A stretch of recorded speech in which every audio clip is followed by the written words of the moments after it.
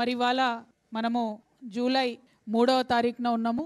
July 17వ తారీఖు నాడు BC bill సాధించుకోవాలనేటటువంటి ఉద్దేశంతో యునైటెడ్ పూలే ఫ్రంట్ తెలంగాణ జాగృతి కలిపి రైల్ రోకోకి పిలుపునిచ్చినటువంటి విషయం మీ అందరికీ తెలిసిందే.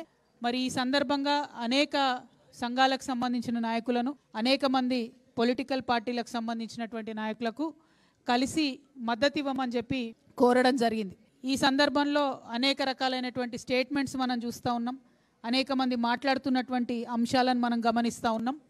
మరి ఈ సందర్భంలో మళ్ళీ ఒకసారి బీసీ బిల్లు ఇప్పుడు ఎక్కడ ఉంది, దానికి కారకులు ఎవరు, అది పాస్ కావాలంటే ఏం చేయాలి అనేటటువంటి అంశాల గురించి ఒకసారి పునరాలోచించుకోవాల్సినటువంటి అవసరం వచ్చింది. బీసీ బిల్లు రాష్ట్రం నుంచి పాస్ అయ్యి రాష్ట్రపతి గారి దగ్గర కేంద్రంలో ఉన్నది. మరి అక్కడి నుండి వెనక్కి రావాలంటే భారతీయ జనతా పార్టీ చొరవ తీసుకోవాల్సినటువంటి అవసరం ఉన్నది. కాబట్టి నిన్న భారతీయ జనతా పార్టీ రాష్ట్ర అధ్యక్షులుగా ఎన్నికైనటువంటి గౌరవనీయులు రామచంద్రరావు గారికి మరి తెలంగాణ జాగృతి యునైటెడ్ పూలే ఫ్రంట్ నుంచి నిన్న మేము లెటర్ రాయడం జరిగింది. వారిని రిక్వెస్ట్ చేసినాం, అధ్యక్షుడిగా అయిన తర్వాత ఇది మీరు తొలి విజయంగా తెలంగాణ బీసీ బిడ్డల కోసం సాధించి పెట్టాలి అని చెప్పి రిక్వెస్ట్ చేస్తూ నిన్న భారతీయ జనతా పార్టీ నూతన అధ్యక్షుడిగా ఎన్నికైనటువంటి రామచంద్ర సారి పత్రికాముఖంగా కోరుతున్నాం. ఇక రెండవ ప్రధాన పార్టీ కాంగ్రెస్ పార్టీ, రాష్ట్రంలో అధికారంలో ఉన్న పార్టీ, బిల్లు పాస్ అవడమే కాదు, బిల్లు పాస్ చేయడమే కాదు, మేము ప్రధానమంత్రి గారి దగ్గరికి ఒక అఖిలపక్షాన్ని కూడా తీసుకొని పోతామని గౌరవ ముఖ్యమంత్రి గారు బిల్లు పాస్ అవుతున్న సందర్భంలో చెప్పడం జరిగింది. కానీ ఇంతవరకు దాని మీద కనీసం ఒక్క ముందడుగు కూడా పడలేదు. అఖిలపక్షానికి సంబంధించి ఏ పార్టీలకు ముఖ్యమంత్రి గారు లెటర్ రాయలేదు. అఖిలపక్షం తీసుకొని వస్తానని ప్రధానమంత్రి గారికి కూడా వారు లెటర్ రాయలేదు. లెటర్ రాయకపోగా మల్లికార్జున్ ఖర్గే గారు, జాతీయ కాంగ్రెస్ పార్టీ అధ్యక్షులైనటువంటి మల్లికార్జున్ ఖర్గే గారు ఇవాళ హైదరాబాద్కు వస్తూ ఉన్నారు. ఎందుకోసం వస్తున్నారు? కేవలం కాంగ్రెస్ పార్టీ జిల్లా, మండల, గ్రామస్థాయి కార్యకర్తలతో మాట్లాడడానికి వస్తూ ఉన్నారు. రాబోతున్నటువంటి స్థానిక సంస్థల ఎన్నికలలో వారిని సన్నద్ధం చేయడానికి వస్తూ ఉన్నారు. అంటే మీరు తెలంగాణకు వచ్చి ఇక్కడ ప్రజల ద్వారా స్థానిక సంస్థల ఎన్నికల్లో లబ్ధి పొందుదామని చూస్తున్నారు తప్పితే 42% బీసీలకు రిజర్వేషన్ ఇవ్వకుండా స్థానిక సంస్థలకు పోతామని మాత్రం చెప్తలేరు.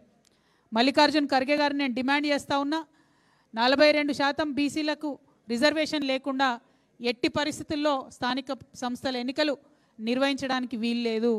దానికోసం మీరు ప్రయత్నం చేయండి. మల్లికార్జున్ ఖర్గే గారు స్వయంగా రాజ్యసభలో ఉన్నారు. ఇంతవరకు ఒక్కసారి కూడా వారు రాజ్యసభలో బీసీలకు అనుకూలంగా మాట్లాడలేదు. రాహుల్ గాంధీ గారు లోక్సభలో ఉన్నారు, ప్రియాంక గాంధీ గారు లోక్సభలో ఉన్నారు. వారిద్దరు కూడా ఎప్పుడు బీసీల కోసం, తెలంగాణ బీసీల కోసం అనుకూలంగా మాట్లాడినటువంటి దాఖలాలు ఇంతవరకు కనబడలేదు. పెద్దలు సోనియా గాంధీ గారు కూడా చట్టసభల్లో ఉన్నారు, కానీ వారు కూడా ఇంతవరకు తెలంగాణ బీసీల కోసం మాట్లాడినట్టు అనిపించలేదు. ఇదే సోనియా గాంధీ గారు, ఇదే రాహుల్ గాంధీ గారు, ఇదే ప్రియాంక గాంధీ గారు, ఇదే మల్లికార్జున్ ఖర్గే గారు మన చేవెళ్ళకు వచ్చి ఎస్సీ ఎస్టీ డిక్లరేషన్ ఇచ్చిండ్రు, కామారెడ్డికి వచ్చి బీసీ డిక్లరేషన్ చేసిండ్రు, సిద్దిరామయ్య గారిని తీసుకొచ్చి అనేకమైన డిక్లరేషన్లు చేసి సంతకాలు పెట్టి వాగ్దానాలు చేసి ఇవాళ అధికారంలోకి వచ్చిండ్రు. కాబట్టి మల్లికార్జున్ ఖర్గే గారిని మా హక్కుగా తెలంగాణ ప్రజలకు మీరు ఇచ్చినటువంటి మాట నిలబెట్టుకోవాల్సిందిగా మేము డిమాండ్ చేస్తూ ఉన్నాం. వారికి లేఖ ద్వారా తెలంగాణ జాగృతి యునైటెడ్ పూలే ఫ్రంట్ నుంచి మల్లికార్జున్ ఖర్గే గారికి లేఖ ద్వారా మేము విజ్ఞప్తి చేస్తూ ఉన్నాం. ఖచ్చితంగా 42% రిజర్వేషన్ సాధించే వరకు కాంగ్రెస్ పార్టీ ప్రయత్నం చేయాలి. బలంగా లోక్సభలో, రాజ్యసభలో భారతీయ జనతా పార్టీని నిలువరించేటటువంటి ప్రయత్నం చేయాలి, వారిని ఎండగట్టేటటువంటి ప్రయత్నం చేయాలి, వారి మీద ఒత్తిడి పెంచాలని చెప్పి డిమాండ్ చేస్తూ ఉన్నాం. ఒక పక్క ఇది జరుగుతుంటే ఇంకొక పక్క దేశ విదేశాల్లో ఉన్నటువంటి అనేక మంది ఇంటెలెక్చువల్స్ని కలుపుకొని ఒక ఇండిపెండెంట్ కమిటీ కాంగ్రెస్ ప్రభుత్వం ఏర్పాటు చేయడం జరిగింది. ఈ ఇండిపెండెంట్ కమిటీ ఏం చెప్పిందంటే, నిన్ననే వాళ్ళు రిపోర్ట్ తయారు చేసి ముఖ్యమంత్రి గారికి ఇచ్చిరట. అందులో వాళ్ళు ఏమంటారంటే, మేము మొత్తం 242 కులాలు, అంటే బీసీ, ఎస్సీ, ఎస్టీ, ఓసీ అన్నీ కలిపి 242 కులాలకు సంబంధించి కాంపోజిట్ బ్యాక్వర్డ్నెస్ ఇండెక్స్ అనేది ఒకటి తయారు చేస్తూ ఉన్నాము. సిబిఐ కాంపోజిట్ బ్యాక్వర్డ్నెస్ ఇండెక్స్ అని తయారు చేస్తున్నాము. దాని తర్వాత రాష్ట్ర ప్రభుత్వం నుంచి ఇతర కార్యక్రమాలు చేపడతారని చెప్తున్నారు. నేను ఇండిపెండెంట్ కమిటీని, రాష్ట్ర ప్రభుత్వాన్ని డిమాండ్ చేసేది ఒకటే, మీరు ఇదివరకే షమీం అఖ్తర్ కమిషన్ వేసిండ్రు, దాని నివేదికను బయట పెట్టలేదు. భూసాని కమిషన్ వేసిండ్రు, దాని నివేదికను బయట పెట్టలేదు. మీరు కులగణన వేసిండ్రు, ఇంతవరకు కులగణన వివరాలు గ్రామాల వారీగా బయట పెట్టాలే అని చెప్పి మేము డిమాండ్ చేస్తే అది బయట పెట్టలేదు. అది బయట పెట్టకుండా మళ్ళా నిన్న పత్రికలకు మీరు తప్పుడు లెక్కలన్నీ రిలీజ్ చేసిరు.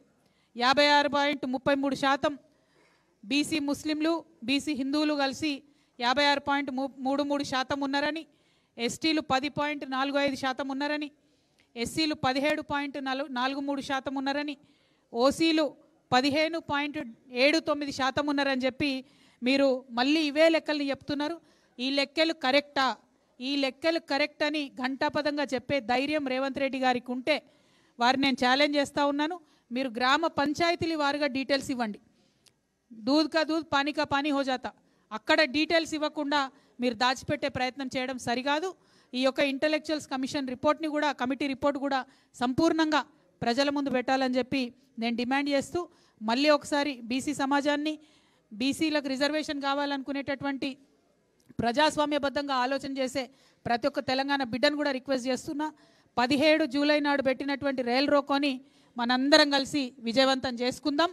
ఢిల్లీకి ఒక మంచి మెసేజ్ పంపిద్దాం.